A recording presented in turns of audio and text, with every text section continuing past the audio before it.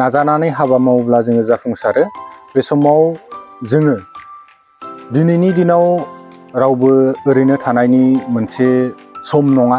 ओरैनो थायोब्ला जोङो गोग्लैसोनानै थानाय सासे लाइमोन हिसाबै जों सिनायथि जानो गोनां जागोन।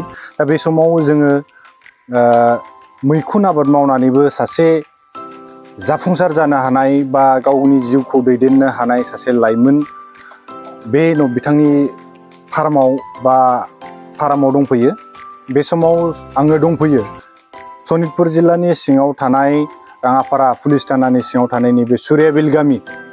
बिथां सासे मैखुन आबाद मावनानै जाफुंसार जानो हानाय बिथां रामेश्वर बसुमतारी बिथांनियाव जोङो बिथाङा गोबां समनिफ्रायनो बा गोबां बोसोरनि सिगांनिफ्रायनो मैखुन आबाद मावनानै सासे जाफुंसार लाइमोन बा मोनसे थुलुंगाथाव हाबा मावदों होननानै जों बुंनो हायो।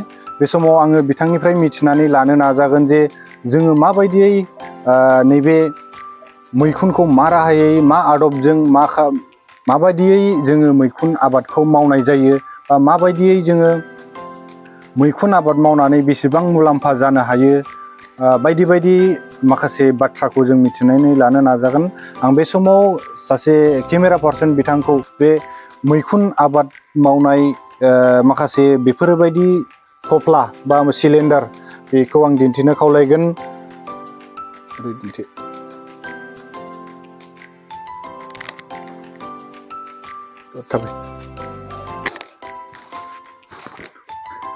नंगौ, जोङो नाजायोब्ला जाफुंसारो आरो बे नाजानायनि गेजेरजों गावनि जिउखौ जाफुंसारनायनि गेजेरजों गावखौ मोनसे मोजां जाफुंसार महरै समाज बा हारिनि गेजेराव जों दिन्थिनानै लानो हायो। जोङो बे समाव नोंथांमोना नुदों गोबां बिथाङा सिलिन्डार बाहायनानै बा सिलिन्डार थफ्ला खालामनानै बिथाङा मैखुन आबाद मावदों। नोंथांमोना नायबानो नुगोन बेयाव गोबां माखासे सिलिन्डाराव गोबां गुफुर मैखुननि साग्लोबनायखौ नोंथाङा नुनो मोनगोन। माबायदि नोंथाङा बे मैखुनखौ बानायो? मैखुन बानायनोथ' माखासे एसे गोलाव प्रसेस दङ। आं सुंद'यैब्लाबो खोन्थानोसै। गिबियावनो जोङो साइन्टिफिक पद्धति बानायनोबा गिबियावनो जोङो जिगाबखौ 1 इन्सि बा 2 इन्सिनि गेजेराव दानस'ना लाग्रोनांगोन। आरो बिनि उनाव जोङो 24 घन्टा सुनैयाव सोमनांगोन। बिनि उनाव जोङो जिगाबखौ फोराननांगोन आरो बे फोराननायनि उनाव जोंहा माखासे जोलै स्पन्ज मोनो। बेखौ जोङो माखासे प्लास्टिक पिपिनि गेजेरजों सोनांगोन आरो। नोंथाङा बेसेबां समनिफ्राय बे मैखुन आबादखौ मावजेनो? आङो मैखुन बानाया देग्लायजों थांनाय 4 बोसोरनिफ्राय देग्लायजों आं खनब्रै जाबाय आरो। दा बे देग्लाय बोसोराव नोंथाङा बेसेबांसो बानायदों? बेसेबां? आं देग्लायो बानायजादों आंनाव 1000 प्लास जाबाय आरो देग्लाय बानायनाया। 1000 थफ्लानि बा 1000 सिलिन्डारनि बारा नोंथाङा मैखुनखौ बानायदों। औ बानायदों। बे समाव नोंथाङा सिगां बेसेखिनि फानजाखो आरो दा बेसेबां गोदान बानायदों नामा? सिगां आं बुंनो थाङोब्ला बिदिनो आङो 500सो थफ्लानि फानजाबाय। दायो 500सोआनो ओंखारनो दंबावो। बेसेबांसो केजि नोंथाङा फानखांखो सिगाङाव? आं सिगाङाव 500सो थफ्लायाव खमब्लाबो मोनसेयाव 1 केजिबाबो 5 कुइन्टेल फानजाबाय होननानै बुंजायो आरो। बे ओरैनो थफ्लासेयाव बेसेबांसो ओंखारो ओरैनो? ओरैनो जेनेरेलि खमब्लाबो 1 केजिनि प्लास जाखायो आरो जेरैखि जाया बे। 1.5 केजि 2 केजिसोआ ओंखारहैयो ना? ओंखारो गासिबो थफ्लाया ओंखारजोबा। मोनसे मोननैया खिन्थु खम मोनसेया जायो। ओंखारखायो।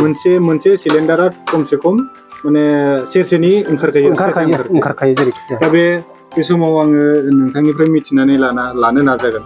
बियो माब्लानि बे सोजेननायनिफ्राय बेगर सोजेननायनिफ्राय माला बियो बेबायदि मोनसे बिबारा ओंखारो बा मैखुना ओंखारो? फानजानाय जायो माब्लानिफ्राय? बेगर सोजेननायनिफ्राय बुंनो थाङोबा जोङो 25 दिनसोआव माने फानजाहैनायनि खाथियाव जायो आरो। बांद्राय गोजांनाय जायोब्ला एसे एनै लेट जायो। खमब्लाबो माने मास मोनसेनि सिगाङाव फानजानाय एबा जाजानाया जाहैखाथारो आरो। बे सानबेसेजों ओंखारो ओरैनो? ओमफ्राय ओंखारजेननायनिफ्राय सानबेसे दोननानै फानजायो? ओंखारजेननाया खमब्लाबो बिदिनो 22 दिनसोनिफ्राय सुरुआत जायो आरो। ओमफ्राय बिदिनो सानब्रैसोनि गेजेराव फानजाहैनाय जाहैयो लोगो लोगो ओंखारो, लोगो लोगो गेवलाङो? लोगो लोगो बिदिनो जालाङो, नाथाय देरनो सम नांगौ आरो 3-4 समाव।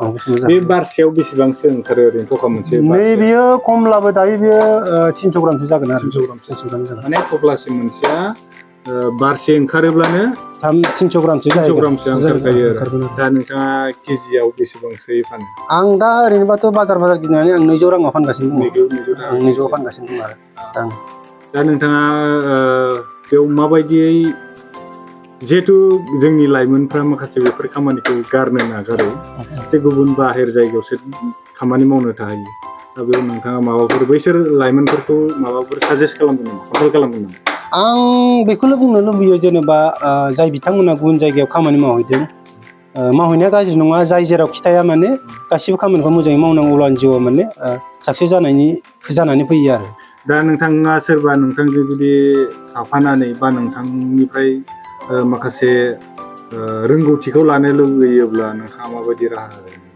दा जाय बिथांमोना आंजों सोलोंनो गोसो दङ दा आं बिथांमोनखौ गोबां मोजाङै हेफाजाब खालामगोन खाथि खालाबा आं बिथांनि न'आव थांनानैब्लाबो फोरोंहैगोन आरो नोंथांजों जगाजग जानो हानाय मोनसे राहा मा राहा होगोन राहाया जाबाय आंनो फन हरनांगोन फरायबाय 9101625405 दा नोंथांनि थंखौ जुदि रायजो राजाया मोनथिनो लुबैयोब्ला आंनि थङा जाहैबाय जिल्ला सनितपुर जाबाय गामिया सुरियाबिल PS राङाफारा नोंथांखौ जुदि माबायदि नोंथाङा फोरोंथाय होनो जुदि बेगर सेगरनि खोथा ओंखारोब्ला जुदि बेगरनि खोथा बुङोब्ला आं बेगरखौ बिथांमोननो हरनो नाजागोन जगायना होनो हागोन आरो दा माखासे आरो बिनि बानायनाय राहाखौ नोंथाङा माबायदि होगोन आं बानायनाय राहाखौ आंनियाव फैयोब्लाबो आंनियाव देखायनो हागोन जुदि बिथाङा जुदि आंखौ गावनि न'आव लिंलाङोबाबो आं थांगोन आरो बिथांनाव थांनानै फोरोंहैगोन